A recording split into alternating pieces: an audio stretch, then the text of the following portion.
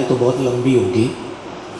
मैं बहुत 2-3 के नाम लूँगा। साहित्य अकेडमी, मीरा, संगीत नाटक अकेडमी, उत्तर प्रदेश हिंदी संस्थान और बिहारी सहित कई सम्मान और पुरस्कार आपको प्राप्त हुए। सांस्थानिक सक्रियता भी आपकी बहुत महत्वपूर्ण है। आप राइटर इन रेजिडेंस रहे हैं महात्मा गांधी अंतर्राष्ट्रीय हिंदी विश्वविद्यालय में और प्राकृत भारती जयपुर में, और लंबे समय तक ऐसा सौभाग्य कम लोगों को मिलता है। IIIT हैदराबाद में प्रोफेसर एमिनेंस रहे हैं और वहाँ आपने मानवाधिकार विद्यार्थियों को पढ़ाया है। मुझे लगता है कि IITs में, ये ट्रिपल IITs में विद्वानों को बहुत छानबीन कर आमंत्रित किया जाता है। ये राजस्थान का सौभाग्य है कि हमारे एक समाज दार्शनिक मूलतः जो कवि हैं वो वहाँ प्रोफेसर ऑफ एमिनेंस रहे हैं। उनकी निरंतर रचनात्मक सक्रियता चमत्कृत करती है। आप आश्चर्य करेंगे, निरंतर हर 2 वर्ष में, यदि कभी कभी तो हर 2 वर्ष में एक कविता संकलन, यह आश्चर्यजनक है। एक आध समाज दर्शन की किताब है, या एक आध अनुवाद है, या कोई न कोई काम उनका निरंतर हिंदी समाज को सामने आता है।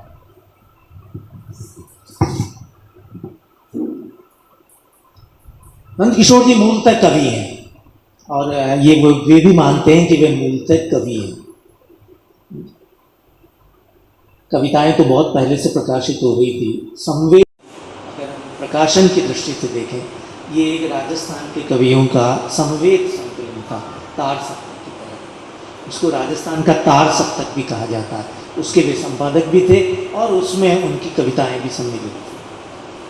1979 में चौथा सप्तक में आपकी कविताएं सम्मिलित हुई। अज्ञेय के जो सप्तकों की श्रृंखला थी उसके अंतिम सप्तक के कवि हैं। और एक रोचक तथ्य और है कि और कोई कवि चौथा सप्तक में इतना निरंतर रचनात्मक सक्रियता वाला नहीं है, इतनी उत्कर्षपूर्ण रचनात्मक सक्रियता वाला नहीं रहा। लेकिन उन जो सप्तक के 7 कवि थे, उनमें सबसे अधिक प्रतिष्ठा, सबसे अधिक मान सम्मान, सबसे अधिक ख्याति और सबसे अधिक हिंदी कविता को समृद्ध करने वालों में नंदकिशोर जी आ जाए। पहला संकलन 1980 में प्रकाशित हुआ, वो था जल है जहां। 50 वर्ष तक निरंतर यदि गिना जाए तो वे निरंतर कवि के रूप में सक्रिय हैं। मैं अब एक प्रश्न आपके सामने रखता हूँ, क्योंकि मूलतः कवि है इसलिए कविता से ही शुरुआत करते हैं। वे कौन से संकल्प और विश्वास हैं सर जो आपके कवि प्रस्थान के बुनियाद में रहे थे और अब भी हैं? बहुत कहना मुश्किल है, क्योंकि एक व्यक्ति किन चीज़ों से प्रभावित होता है, किन चीज़ों से प्रेरित होता है, वो अपने समय के कवियों से प्रभावित होता है। कभी बहुत पहले के कवियों से भी साथ साथ होता है, कभी कुछ उसकी अपनी तलाश होती है। मैं ये मानता हूँ कि मूलतः कोई भी व्यक्ति जो किसी भी तरह, मैं कविता में ही नहीं, किसी भी तरह के रचना करने में वो अपनी, उसके अंदर एक तलाश है, वही उसका प्रस्थान नहीं है। बाकी जिन्हें आप मानते हैं कि इनका प्रभाव पड़ा, उनका प्रभाव पड़ा, जो पड़ता है, मेरे ख्याल से कोई कवि ऐसा नहीं है जिसके अपने से पहले के कवियों का कोई प्रभाव ना पड़ा हो। प्रभाव का तात्पर्य नकल करना नहीं होता है, वो सीखता है उनसे। मैंने तो बहुत कवियों से सीखा है और अभी भी सीखता हूँ बराबर। यंगर लोगों से भी सीखता हूँ, जो मुझसे मेरे पोते की उम्र के हैं उनसे भी सीखता हूँ। मैं कहना सिर्फ ये चाहता हूँ, लेकिन वो सीखना क्या है, वो अक्सर मेरी तलाश जो है उसमें जो चीज़ मुझे मदद करती है उसमें जो चीज़ मुझे को समझने के लिए सहायता करती है, मैं कला को, कविता को भी और अन्य सब कलाओं को भी मूलतः एक अनुभूत्यात्मक अन्वेषण मानता हूँ, इन्वेस्टिगेशन मानता हूँ। मैं केवल अपनी भावनाओं के अभिव्यक्ति नहीं मानता, वो तो होती है भावनात्मक, मैं अनुभूत्यात्मक कह रहा हूँ तो उसमें भावना या भाव तो सम्मिलित हैं, लेकिन मूलतः वो कुछ, और प्रत्येक अनुभूति या अनुभव तभी अनुभूति है जब वो कुछ नया आयाम आपके सामने, कोई भाषा का, कभी भाव का, कभी और दुनियावी दूसरे सत्यों का, मनुष्य के अंतरतम का कोई एक नया आयाम आपके सामने चाहिए। एक छोटा सा उसका अंश मात्र सही आपको दिखाई दे तो वो रचना है, और नहीं तो वो पृष्ठपोषण है। तो मैं ये मानता हूँ मेरी ये जो तलाश है, अगर वो सार्थक हुआ, मैं नहीं जानता हुआ या नहीं हुआ, या मैं वो कर पाया कि नहीं कर पाया, लेकिन जो मेरा, जो चीज़ मुझे प्रेरित कर रही थी, इससे आपने प्रस्थान बिंदु का, वो प्रस्थान बिंदु मेरी अपनी तलाश, जो मैं अपने को समझने में, अपने माध्यम से मनुष्य मात्र को समझने में, और मनुष्य मात्र के माध्यम से जीवन को समझने में, उसके नए आयामों को खोजने में, उसके गहराइयों को समझने में, एक हर कलाकार यही करता है। मैं इस दृष्टि से विज्ञान और कला में कोई फर्क नहीं मानता, उनके तरीके अलग अलग हैं, उनके माध्यम अलग अलग हैं। विज्ञान भी, वैज्ञानिक, आप किसी विज्ञान के अध्यापक को आजकल वैज्ञानिक कह देते हो, वो नहीं होता। वैज्ञानिक तभी होता है जब वो कुछ नया, चाहे एक छोटा सा नई चीज़ ही आपके सामने पुस्तक निकाल के खोज के लाता है। ठीक वैसे ही कलाकारों के कइयों के साथ में, और उसी में वही सबसे बड़ी सार्थकता है, वही सबसे बड़ा पुरस्कार है, क्योंकि उसकी अपनी चेतना में कुछ नई चीज प्रविष्ट होती है उसके बाद। ये आपने कहा कि बुनियादी तौर पर तलाश से, ये सरल शब्दों में कहें तो किसी खोज में आप कविता की, और कविता या किसी दूसरे साहित्यिक अनुशासन में प्रवृत्त होते हैं। आपको लगता है कि आपकी सारी यात्रा में कहीं कोई मोड़ पड़ाव है? लगभग हर कविता में है, लगभग हर कृति में है, लगभग हर लेख में है, लगभग हर पुस्तक में है। किसी भी विचार को लेकर करके लिखने के, गांधी पर मैंने 3 किताबें लिखी, तीनों आप पढ़ेंगे तो आप पाएंगे कि जो पहली किताब में गांधी है उससे कुछ भिन्न गांधी दूसरी किताब में, उससे कुछ भिन्न तीसरी किताब में, क्योंकि वो चीज़ जो पहले मैं नहीं समझ पाया उनको पढ़ते हुए, कुछ नई चीज़ समझ में आई तो फिर दोबारा। और लिखना समझने की कोशिश में होता है। आप जब लिखते हैं तो आप, जो कुछ आपके मन में आ रहा होता है, या उसको पढ़ते समय या दुनिया को देखते समय जो कुछ आप समझ रहे होते हैं, वो लिखना उसको ऑर्गेनाइज करता है, उसको व्यवस्थित करता है। तब वो आपके सामने स्पष्ट हो पाता है कि मैं क्या सोच रहा था। बिना लिखे मैं ये भी नहीं जान पाता कि मैं सोच क्या रहा था या क्या जान रहा था। तो वो लिखना एक प्रकार से इसी में मदद करता है। और हर जगह आप, वरना कौन लिखेगा आदमी? जो चीज़ मैंने पहले लिख दी है दोबारा लिखने की क्या जरूरत है? एक आग्रह आपके मन में हमेशा था, कविता एक स्वायत्त अनुशासन है और स्वतंत्र ज्ञान प्रक्रिया है। ऐसे दौर में जब कविता की दूसरे अनुशासनों पर निर्भरता बहुत बढ़ गई थी, तब भी आप अब इस आग्रह पर कायम रहे। इस आग्रह के पीछे क्या कारण है? नहीं, ये आग्रह है ही नहीं। अगर सच पूछे तो मैं ये कह रहा हूँ कि जब हर चीज़ एक तलाश है, तो कोई भी, किसी भी अनुशासन का, किसी भी विचारधारा का पहले से मैं उसका निष्कर्ष मान के कैसे चल सकता हूँ? बल्कि मैंने जो कुछ पहले लिखा है उसको भी मैं अपने पर कैसे हावी होने दे सकता हूँ, अपने विचार प्रक्रिया को। तो इसलिए वो स्वायत्तता का मतलब ही कोई एक स्वायत्त प्रक्रिया है।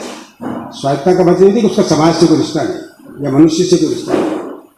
अगर हम अनुभव की बात करते हैं, अनुभूति की बात करते हैं, मनुष्य के अलावा किसको हो सकता है? तो वो तो है उसमें, जहाँ अनुभूति है वहाँ मनुष्य है, वहाँ जीवन है, वहाँ समाज है, वहाँ सब कुछ है। लेकिन एक बिल्कुल नई चीज़ अगर आपको समझ में आती है उसके माध्यम से, और जो चीज़, मान लीजिए दर्शन ने कुछ लिख दिया, मान लीजिए राजनीतिक विचारधारा ने कुछ कह दिया, मान लीजिए और समाज शास्त्रीय अध्ययन ने कुछ कह दिया, मनोविज्ञान ने कुछ कह दिया, तो अब मुझे उसको लिखने की क्या जरूरत है? तो कह दिया गया है। मैं उसका जब तक मैं या कोई भी कलाकार, वैसे मतलब या मेरा न समझिए, किसी भी कलाकार किसी भी रचनाकार के बारे में समझिए, उसको उसके प्रतिनिधि के रूप में बोल रहा हूँ ऐसा मानिए। तो एक रचनाकार क्यों लिखेगा अगर उसको जो बात पहले से कही जा चुकी है उसमें क्या रचनात्मकता है? वो तो कारीगरी है। जो पहले से आप जानते हैं उसको फिर बदल करके आपने दूसरी तरह से लिख दिया, बात वही आपने कही, उसमें कुछ नयापन नहीं आता। तो इसलिए मैं ये मानता हूँ कि मैं अपने पहले लिखे गए को भी अगर मैं उस विषय पर और विचार करूं तो मैं आवश्यक नहीं मानता हूं मैंने जो पहले लिखा उसी की संगति नहीं कुछ। अगर मुझे कुछ नया समझ में आता है तो मैं उसको कहना पसंद करूंगा और ये कहूंगा कि एक सत्य वो भी और एक सत्य भी, उसमें असत्य दोनों नहीं पर दोनों भिन्न है। तो इस भिन्नता को अगर हम इसकी तलाश करते हैं तो जाहिर है कि आप पहले से किसी अनुशासन को अपने ऊपर सवारी करने नहीं दे सकते। और मैं हमेशा कहता हूँ साहित्य जो है वो किसी भी अनुशासन का, किसी भी ज्ञानानुशासन का, किसी भी दर्शन का, और जब मैं दर्शन कहता हूँ तो उसमें मार्क्सवाद से लेकर वेदांत तक समझेगा। ये नहीं कि कोई एक खास तरह के दर्शन की बात कर रहा हूँ, वो किसी का भी गरीब रिश्तेदार नहीं है। वो स्वयं जानने की प्रक्रिया, अज्ञात को जानने की प्रक्रिया ही संवेदनात्मक प्रक्रिया जो है अज्ञात को जानने की, वही कला है। उसके माध्यम अलग अलग है, उसके माध्यम से व्यक्ति अपने अपने हिसाब से वही माध्यम है उस पर कुछ नया करता है। तो इसलिए उसमें किसी भी चीज़ को अपने ऊपर हावी होने देने की, अपनी रचना प्रक्रिया पर हावी होने की जरूरत क्या है? उससे तो फिर आप एक पहले से सोची हुई बात को थोड़ा हमारे यहाँ से कहते हैं शुगर कोटेड दवा की तरह करके दे देते हैं, उससे तो कोई फायदा नहीं। आपकी एक आरंभिक किताब है, बहुत आरंभिक, अज्ञेय की काव्य प्रतीक्षा। अज्ञेय के साथ आपने काम भी किया। अब भी जब आपके काव्य कवि कर्म की चर्चा होती है खास तौर पर कहीं भी, तो ये कहा जाता है कि अज्ञेय का बहुत गहरा प्रभाव आप पर है, सकारात्मक प्रभाव। कहीं किसी ने नकारात्मक प्रभाव की बात नहीं की। आप इस प्रभाव को अपनी कविता पर किस तरह से देखते हैं? अज्ञेय से मैंने बहुत सीखा है और कई तरीके से सीखा। यदि जब किताब मैंने लिखी तब मैं उनको जानता भी नहीं था, तब मैं उनसे मिला भी नहीं था। और जब ये कहा गया कि एक रोचक किस्सा सुना देता हूँ बीच में, आपको अच्छा लगेगा, आपको कैसे वो किताब लिखी गई। मैं एमए अंग्रेजी का इम्तिहान दे रहा था, तो दो इम्तिहानों के बीच में वो वाइवा होता था सबसे पहले भी, तो रिटर्न एग्जामिनेशन में और वाइवा के बीच में कोई 10-12 दिनों का फर्क था। कुछ करने को था नहीं, इम्तिहान दे चुके थे, वाइवा जब होगा तब थोड़ा बहुत देख दाख के चले जाएंगे। तो बीकानेर उस जमाने में साहित्यिक दृष्टि से बहुत सक्रिय था, बहुत सक्रिय था, हिंदी साहित्य खासतौर से। तो उस समय अज्ञेय की एक पुस्तक निकली थी, उस पर चर्चा। देखिए अज्ञेय की किताब कहीं और निकली है, अज्ञेय को पता ही नहीं है, और बीकानेर के अंदर उस पर चर्चा हो रही। और प्रकाश परिमल जो अभी कुछ अर्सा पहले नहीं रहे, मेरे बड़े भाई की तरह थे, उन्होंने उस पर एक पेपर लिखा। मैं कोई ज़्यादा मतलब साहित्य वगैरह में उस समय आलोचना वगैरह लिखता नहीं था, कविता जरूर कभी कभी लिखता था, लेकिन उसमें मैं चला गया। तो समय था, कुछ करने को था नहीं, तो मैंने कहा चलो चलते हैं सुनने के लिए। जब वो गया मैं, तो वहाँ तो बहस होने लगी किसी बात को लेकर के, कुछ कविताओं को लेकर के, इस कविता ये है वो है। तो मैंने कुछ अपनी राय भी उसमें रखी, और जब उन्होंने कहा कि उसका उदाहरण दीजिए, तो मैंने कुछ 4-6 कविता अज्ञेय की सुना दी कंठस्थ, नई कविता। तो सब चौंके। मैं लड़के ही था, बच्चा ही था, उस समय 22 साल की उम्र थी। तो वहाँ एक राजानंद भटनागर, आप सब लोग नाम से परिचित हो गए, राजस्थान के अच्छे कहानीकार नाटककार रहे, वो वहाँ बैठे थे। तो वो सुनते रहे मुझे। दूसरे दिन वो जिस प्रकाशक ने बाद में छापी उस किताब को, सूर्य प्रकाशन मंदिर में, सूर्य प्रकाश बिस्सा जो थे हमारे कॉलेज के साथी थे, तो उसके पास वो गए और उससे कहा कि तुम्हारा दोस्त जो है उससे तुम अज्ञेय पर एक किताब लिखो, अज्ञेय की कविता। तो उसने कहा तो कभी आलोचना लिखता नहीं, हिंदी साहित्य का विद्यार्थी भी नहीं, तो हिंदी साहित्य का विद्यार्थी लिखेगा हिंदी आलोचना, तो कभी है ही नहीं उसका लेन देन हिंदी साहित्य से कोई, कि तुम कुछ नहीं जानते हो, मैं जो कहता हूँ वो करो। वो उनके गुरु रहे हुए थे, पढ़ाए हुए थे उनको, तो उनके सम्मान में मेरे यहाँ आता था वैसे ही।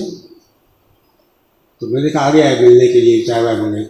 बोले आज मैं तुम्हारे मित्र के रूप में नहीं आया हूँ, प्रकाशक के रूप में। तो मैंने कहा भाई मेरे पास क्या प्रकार 4-6 कविताएं 10 कविताएं होगी, उतनी कविताएं भी नहीं थी। तो कि नहीं मैं ये चाहता हूँ तुम एक आलोचना की किताब लिखो।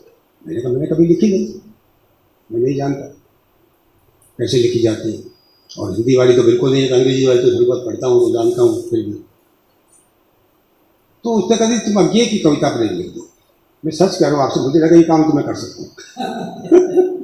तत्काल ये लगा हाँ मैं कहा यार ये तो हो सकता है, तो बस लिख दो। कुल जमा 3 महीने में वो किताब लिखी गई। तो मुझे डॉक्टर पूनम नदिया उस समय वही रहते थे बीकानेर में, बाद में यहाँ आ गए। तो उन्होंने कहा कि तुम मिल लो अज्ञे जी से जा करके। मैंने कहा मिल क्यों मिलूँ, तो मुझे लिखना था, मैंने लिख दिया। और उनको पसंद आए ना आए से क्या फर्क पड़ता है, और मैं मिलूंगा। और मुझसे उनके बारे में जो सुना हुआ था मैंने ना, अफवाहें बहुत चलती है, आप समझे इमेज बनती है, मिलते नहीं है किसी से, बड़े अहंकारी हैं वगैरह इस तरह का चलता था। तो मैंने कहा मैं तो खुद बहुत अहंकारी हूँ, तो इसलिए मुश्किल हो जाएगा। मैं इस लेखक का सम्मान करता हूँ, मेरे मन में बहुत गहरा सम्मान है। अगर वो अहंकार कहीं मेरे सामने प्रकट हो गया तो मैं पूरे जीवन भर इस लेखक का सम्मान नहीं कर पाऊँ, तो मैं इस रिस्क में नहीं करना चाहता। तो मैंने फिर उनको, खैर वो अमेरिका चले गए, तब तक छपी तब तक, और प्रकाशक मेरा मित्र था तो उसने उनको वहीं भेज दिया। फिर चिट्ठी बाहर से आई मेरे पर, फिर उनसे संपर्क हुआ, वो जोधपुर में आकर के रहे।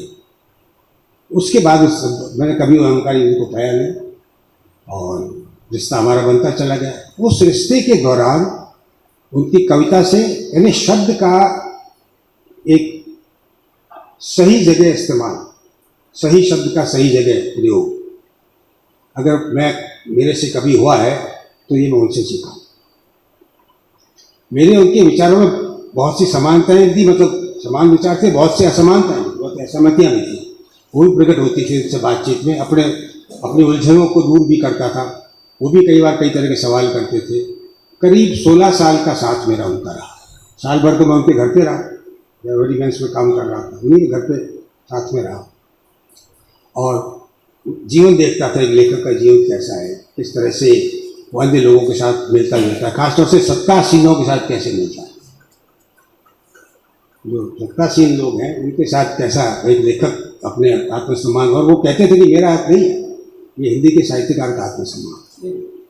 तो मैं हमेशा इस बात को मैंने बहुत सोचा, तुम देखते हो मैं जहाँ तक संभव हो कोशिश करता हूँ कि मैं उस परंपरा को निभाऊँ। लेकिन ओवरऑल अगर देखा जाए तो एक कवि प्रत्येक चीज को कैसे देखता है, कवि के देखने का ढंग कैसे समाजशास्त्री के ढंग से, राजनीतिक विज्ञानी के ढंग से, मनोवैज्ञानिक के ढंग से, दार्शनिक के ढंग से अलग होता है, ये मैंने उनसे सीखा।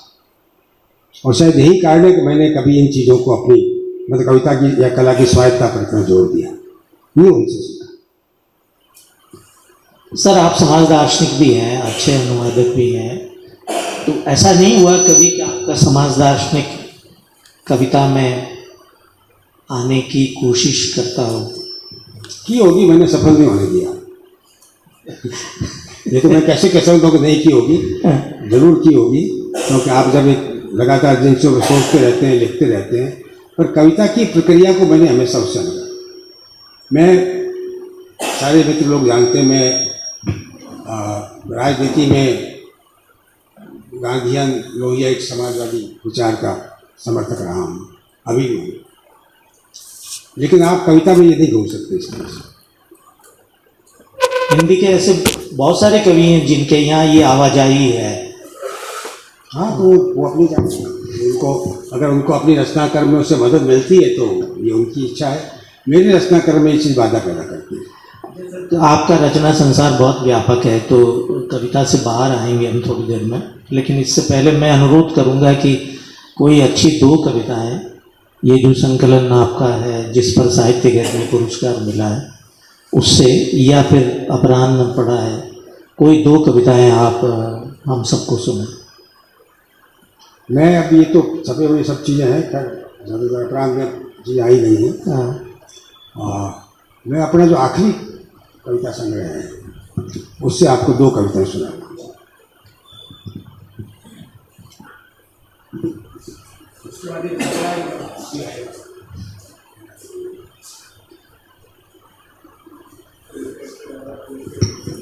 मालूम था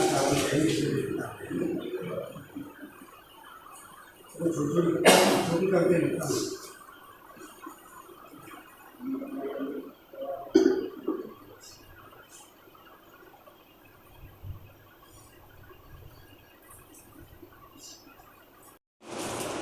गूंगा हो जाना चाहता है शब्द, नहीं तो भला कह पाएगा कैसे इन जुल्मतों को वह, क्या नाम हो उसका, दुनिया छाली है जुल्मतों में जो।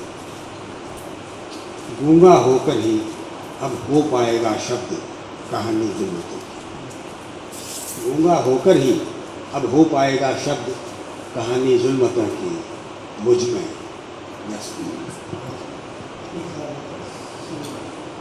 गूंगा हो जाना चाहता है शब्द, नहीं तो भला कह पाएगा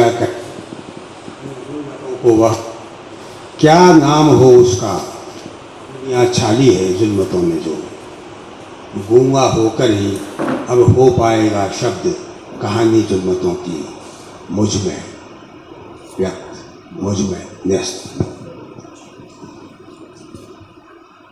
और एक दूसरी कविता है, ये रघुवीर साहिब की एक कविता थी, हंसो तुम पर निगाह रखी जा रही। ये कविता मैंने प्रकाशित की थी जब मैं कविता पत्रिका चिति प्रकाशित कर रहा था, उसके पहले अंक में ये कविता छपी थी। तो बस शुरू में वो पंक्ति उद्धृत की गई, बाद में कविता का शीर्षक है क्या करूँगा रघुवीर जी।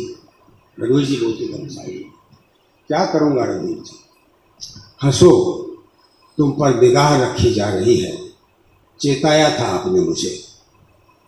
हंसो तुम पर निगाह रखी जा रही है, चेताया था आपने मुझे, और रोते रोते मैं रघुवीर जी हंसने लगा था डर के मारे। और रोते रोते मैं रघुवीर जी हंसने लगा था डर के मारे, क्या करूं लेकिन बीच बीच में फूट ही आती रुलाई, क्रोध भी कभी कितना भी जब्त करूं चाहे, आपकी चेतावनी पर याद कर हंसने लगता हूँ फिर, आपकी चेतावनी पर याद कर हंसने लगता हूँ फिर, इसी तरह हंसते हंसते रोता हूँ, रोते रोते हंसता रहता हूँ। अब उन्हें तो क्या, अब उन्हें तो क्या, मुझे खुद नहीं है मालूम, रो रहा या हंस रहा हूँ मैं।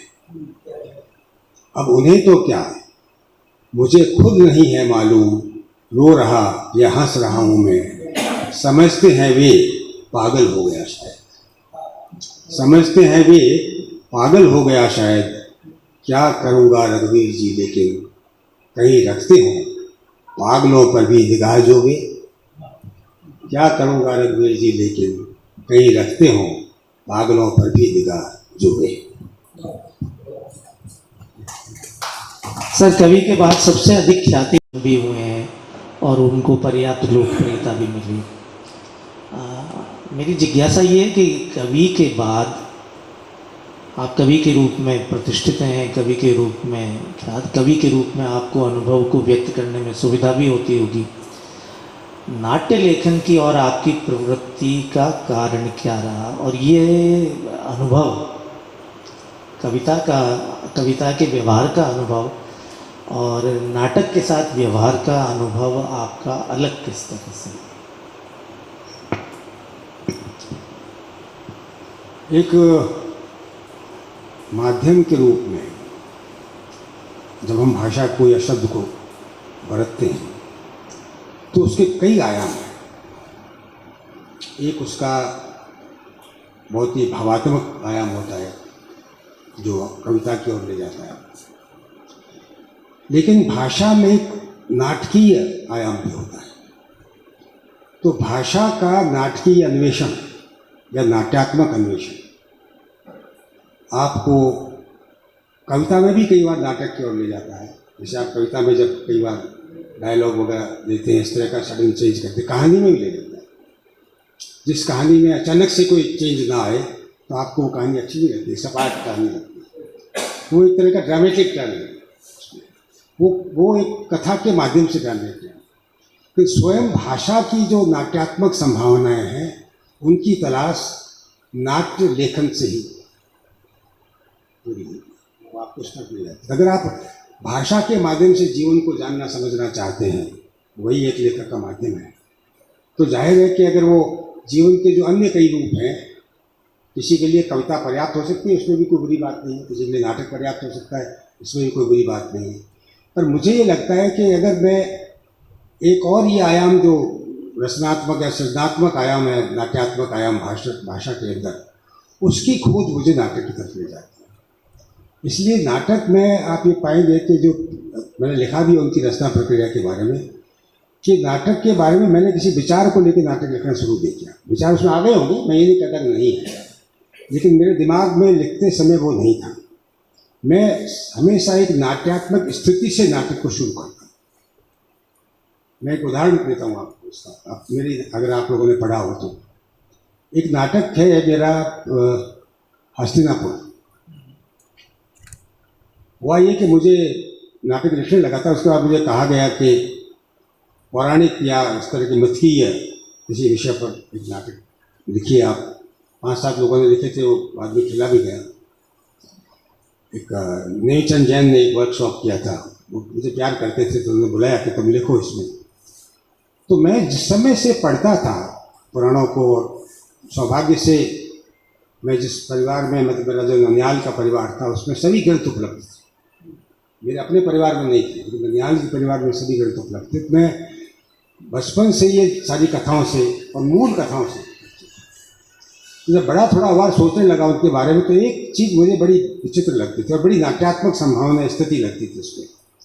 देखिए, हम सब जानते हैं कि सत्यवती ने अंबिका के पास में व्यास को भेजा नियोग के लिए, सभी कथा से परिचित हैं। और अंबिका घबरा गई, डर गई वगैरह सब, इसलिए धृतराष्ट्र हो गए, वो तो खैर बात की बात है।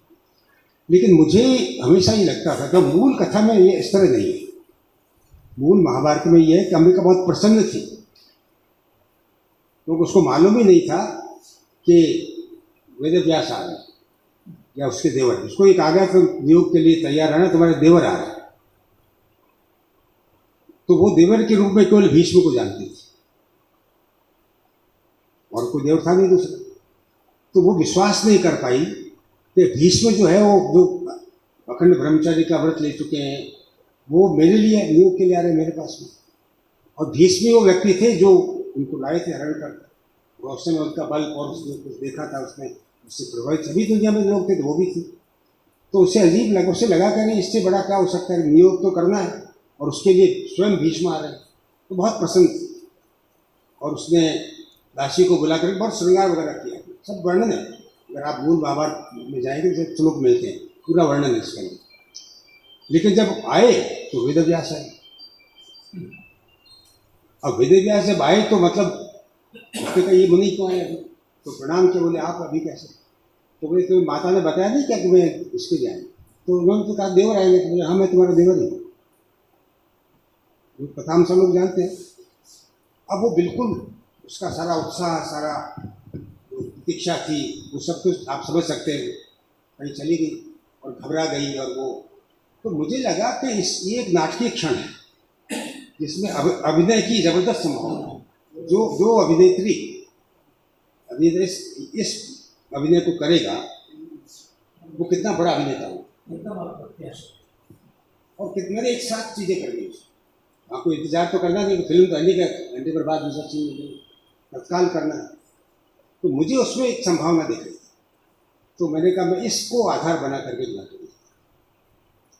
लेकिन जब आप किसी भी एक स्थिति में देखते हो संभावना को और उसमें प्रविष्ट होते हैं, तो रास्ते फिर बोलते चले जाते। तो ये मैं कह रहा हूँ, मैं केवल नाट्यात्मक स्थितियों की तलाश में भाषा के माध्यम से मैं वो नाटक की ओर लेगा। और कविता ने मुझे मदद की उसमें, क्योंकि शब्द का जो सही उपयोग है वो कविता ने मुझे सिखाया। आप देखेंगे मेरे नाटकों में कहीं भी लंबे चौड़े मतलब वक्तव्य भी नहीं मिलेंगे। एक एक दो दो चार चार सेंटेंस के वाक्य बड़ी मुश्किल से, 4 सेंटेंस भी बड़ी मुश्किल से एक एक दो में मिलेंगे, क्योंकि वो मुझे लगता है इतना पर्याप्त है, बाकी तो फिर उद्धरण हो जाएंगे।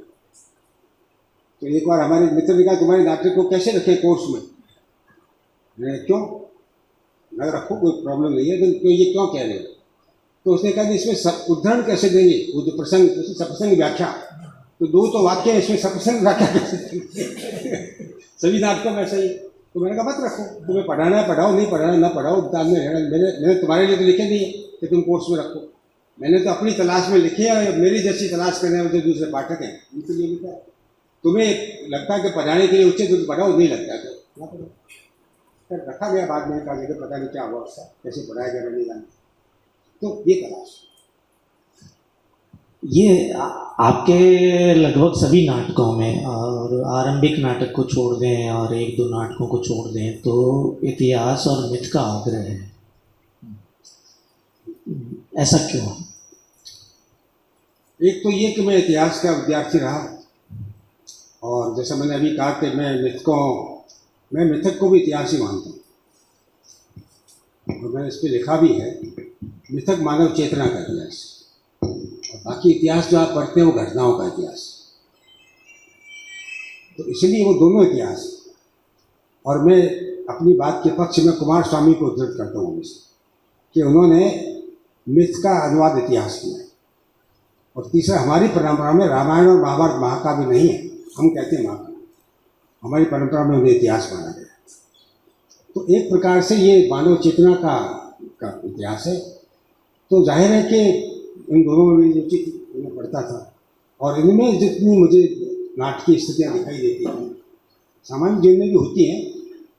दूसरी बात जो कह रहा हूँ मैं, हम सबके मनों में एक संप्रेषण और ग्रहण के स्ट्रक्चर्स बने हुए, मतलब उसी चीज़ को संप्रेषित कर आप कैसे ग्रहण करेंगे, इसके लिए आपके मन में संरचना बनी हुई होती है। उसी तरह से कहा जाने पर आप उसको ग्रहण आसानी से करते हैं, और उसी तरह से कहा जाने पर अधिक संप्रेषित होती है।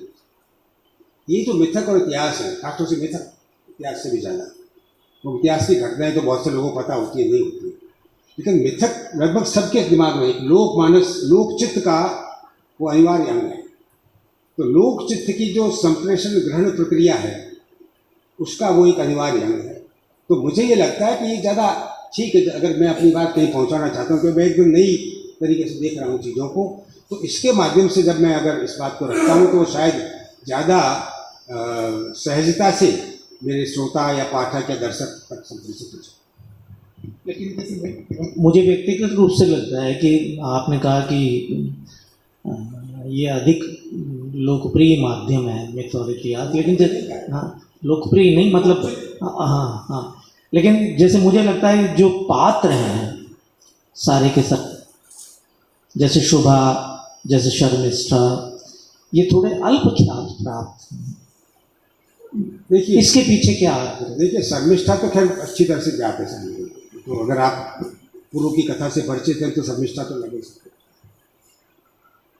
और वो भी इसलिए मेरे मन में आया, वो भी देखिए वही नाटक की स्थिति है कि जब ययाति को अपना यौवन पुनः प्राप्त होता है और वो बड़ा प्रसन्न होता है, और प्रसन्न होकर के जब जाता है अपने महल में अपनी पत्नी के पास में, तो वो चौंकती करती, कैसी किसने ये यौन, अपना यौन किसने दे दिया इसको? तो वो कहता तुम्हारे बेटे ने। अब आप समझिए कि एक माँ उसके पास में उसका पति उसके बेटे के यौन को लेकर जाता है, किस द्वंद्व में से गुजरी होगी। कोई भी स्त्री कैसे द्वंद्व से गुजर सकती है ऐसे अवसर पर? ये मुझे बहुत ही नाटकीय स्थिति लगी, उसी को लेकर पूर्व ध्यान का नाटक लिखा गया। तो लेकिन मैं ये मानता हूँ कि हाँ, शुभा का आप जरूर कह सकते हैं। शुभा दर्शन एक तरीके से मेरा आविष्कार है, क्योंकि वहाँ केवल एक दासी का उल्लेख, उसका नाम नहीं दिया गया है, वो दासी जिससे विदुर पैदा है उसका उल्लेख है महाभारत में। उसको शुभे कह करके पुकारते हैं वेदव्यास, तो इसलिए मैंने उसका नाम शुभा रख दिया था। दासी तो लिखना उचित नहीं था, तो उसका नाम शुभा रख दिया। वो शुभा कहानी बताती है, वो नाटक का जो स्ट्रक्चर बना उसके अंदर, तो कहानी बताते बदले वही मुख्य पात्र हो जाते हैं। तो ज़्यादा जो सवाल उठते हैं इसमें ऊपर उसके माध्यम से, इसी अर्थ में वो मुख्य पात्र हो जाते हैं, पर वो पात्र वहाँ है, नाम नहीं है उसमें। आपकी साहित्यालोचन पर भी लगभग 10 पुस्तकें हैं, एक साक्षात्कार है।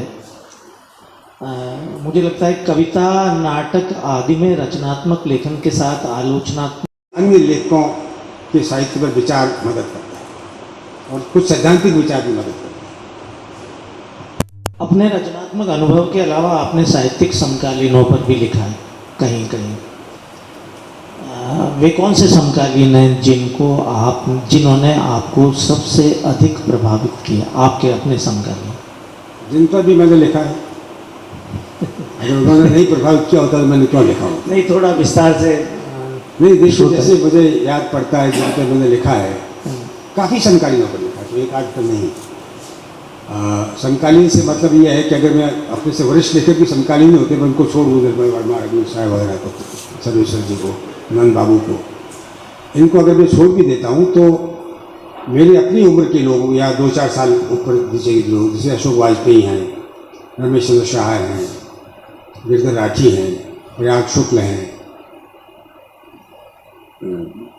एक आध पे नहीं लिख पाया जैसे राजेश हैं, मैं पसंद के लिख नहीं पाया उनको, श्री राम वर्मा हैं। तो इस तरह के जो लोग मुझे मेरे समकालीन लिख रहे हैं और जिनको मैंने कहा जो मुझे लगता है मेरी समस्या कहीं वहाँ भी दिख रही है, तो और उन सबके साथ बातचीत में ही मुझे लगा कि वो समस्या है, तो मैं अपनी समस्या मानता हूँ, उनकी भी समस्याएं हैं और हमारे बीच बातचीत भी इसलिए काफ़ी होती है, इस तरह की काफ़ी बातचीत होती है और कुछ चीज़ें सीखने समझने को मिलती है उससे, तो उन्हीं के लिए। समाज दर्शन पर आपकी 18 पुस्तकें हैं। समाज दर्शन, गांधी दर्शन, अहिंसा, शिक्षा और भी बहुत सारे विषयों पर, संस्कृति पर बहुत आपने विस्तार से लिखा। एक समाज दार्शनिक के रूप में आपके मुख्य सरोकार और चिंताएं क्या हैं? मैंने कहा कि मैंने आगे से सीखा कि चीज़ों को देखने की कवि दृष्टि क्या होती है, और मेरी कवि दृष्टि ने संस्कृति के बारे में, समाज, मानवाधिकारों के, ये सब चीज़ों के बारे में जिसका जिक्र आपने किया, मुझे ये लगता है कि संस्कृति मूलतः मनुष्य की सृजनात्मकता की या सृजनात्मक अन्वेषण की प्रक्रिया है, जिसे हम संस्कृति कहते हैं। देखिए, अंग्रेजी में इसके लिए हम इस्तेमाल करते हैं कल्चर, हिंदी में हम कहते हैं इसको संस्कृति, अंग्रेजी में एक शब्द है नेचर, इसके लिए हिंदी में हम कहते हैं प्रकृति। तो प्रकृति जो कुछ आपको देती है या जो कुछ आपको मिला हुआ है उसको संस्कारित करना, और आप अगर मनुष्य हैं तो आपके अंदर के मनुष्यत्व के भाव को अधिक से अधिक विकसित करना। और मनुष्य मूलतः मैं मानता हूँ एक सृजनात्मक प्राणी है, क्योंकि जीवन स्वयं एक सृजनात्मक प्रक्रिया से पैदा हुआ है, तो इसलिए मनुष्य जीवन का, इस कारण से उसमें वो सृजनात्मकता सबसे अधिक बलपूर्वक अभिव्यक्त होती है। और ये सृजनात्मकता केवल कविता लिखना नहीं होती, आप जब बच्चे को पालते हैं वो भी एक सृजनात्मकता है। आप मित्रता का जो आपका संबंध है वो संबंध आपको दोनों को किसी उत्कर्ष की ओर ले जाता है। अगर नहीं ले जाता तो मित्रता नहीं है, तो खाली मनोरंजन के साथ बैठ के चाय पी ली, कॉफी पी ली। लेकिन अगर आपको लगता है कि नहीं, इससे मेरे व्यक्तित्व में कुछ संपन्नता जुड़ी है, आपके व्यक्तित्व में कुछ संपन्नता जुड़ी है, तो ये सृजनात्मकता है। तो ऐसे ही परिवार के साथ में होता है, ऐसे ही समाज के साथ। तो इसलिए मुझे लगता है ये सारा जो सूत्र अगर मैं समझने की कोशिश करूँ, और ये सवाल मुझसे पहले भी पूछा गया है इसलिए मैं थोड़ा इसको स्पष्ट रूप से कह सकता हूँ कि तब भी मुझे ये लगा कि सृजनात्मकता जहाँ जहाँ पर अभिव्यक्त होती है या होनी चाहिए, इसलिए मैं चाहता हूँ राजनीति में भी अभिव्यक्त हो, वो अर्थशास्त्र में भी अभिव्यक्त हो, वो सामाजिक संबंधों में भी अभिव्यक्त हो, वो हर जगह पर ये मानवीय सृजनात्मकता की अभिव्यक्ति होती रहनी चाहिए। आप अगर वो लेख पढ़ेंगे, मेरे इन सब विषयों पर लिखे या किताबें पढ़ेंगे, तो निरंतर आप ये पाएंगे कि मैं लगातार उसी चीज की तलाश में लिखता हूँ। संस्कृति इधर हमारे विमर्श के केंद्र में बहुत तरह तरह से आपने बहुत विस्तार से संस्कृति पर विचार किया है। अभी भारतीय संस्कृति, यूरोपीय संस्कृति, परंपरा, आधुनिकता, औपनिवेशिकता, ये संक्षेप में आप जाए कि संस्कृति और भारतीय संस्कृति आपके विचार। मैं यहाँ हजारी प्रसाद देवी जी को उद्धृत करना चाहूँगा। संस्कृति अभेद की प्रक्रिया है।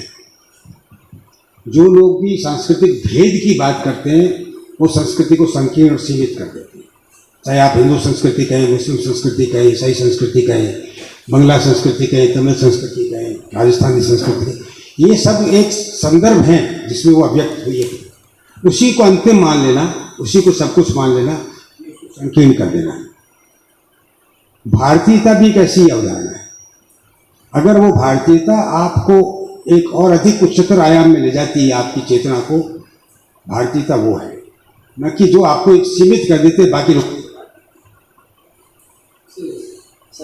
तो संस्कृति मेरे लिए वो है। इसीलिए मैंने कहा कि हज़ार प्रसाद द्विवेदी लिखा है कहीं पर, संस्कृति अभेद की प्रक्रिया है। यही गांधी कहते हैं, यही और दूसरे बड़े चिंतक वैज्ञानिक भी यही कहते हैं। एरिक फ्रॉम वगैरह वगैरह पढ़ेंगे तो वो भी यही बात करें। तो इसलिए वास्तव में तो संस्कृति वही है। हमने कुछ रिवाजों को संस्कृति मान लिया, कुछ पहले से जो विश्वास हमको मिले हैं उनको ऐसा कैसा चलाए रखने को संस्कृति मान लिया, वो हमारी भूल है। उसमें निरंतर कुछ जोड़ते जाए और जो कुछ मिला है उसी पर सवाल करिए और कुछ नया पता। आप जब सवाल करेंगे उस पर तो उसी का एक नया आयाम आपके सामने प्रकट होगा। तो जैसे मैं धर्म के बारे में कई बार कहता हूँ, धर्मियों को हमारे यहाँ संस्कृति का बड़ा आधार मानते हैं। मैं कहता हूँ धर्म आस्था का सवाल नहीं है, धर्म मूलतः जिज्ञासा का सवाल है, क्योंकि उसकी उत्पत्ति जिज्ञासा में है। किसी भी धर्म की उत्पत्ति इस जिज्ञासा में है कि मैं क्या हूँ, कैसे हूँ, किसने मुझे बनाया, इत्यादि जीवन का क्या होगा, मरने पर क्या होगा, ये सारे चीज़ें जो है। आज जिनसे हम मिल रहे हैं उनका आकर्षण इतना है कि सुबह 7 बजे शुरू से रवा दवा था कि 5 बजे से पहले तो उदयपुर पहुंचना है और आचार्य साहब जी को सुनना है। क्या करें, आपने उदयपुर दूर बहुत बसा है।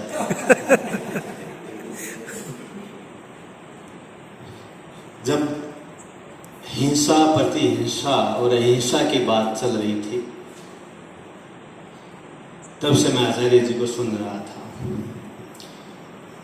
बीच में कुछ सवाल भी आए, तब वो सवाल मेरे भी वहीं दब गए।